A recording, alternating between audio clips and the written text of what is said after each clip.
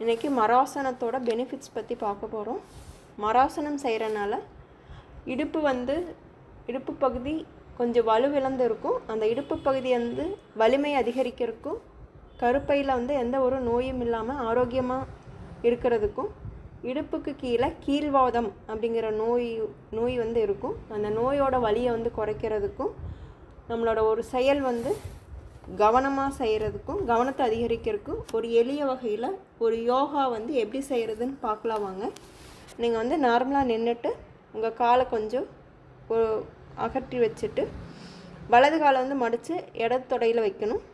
உங்கள் கைகளை மேலே தூக்கி வணக்கம் செய்கிற மாதிரி நிற்கணும்.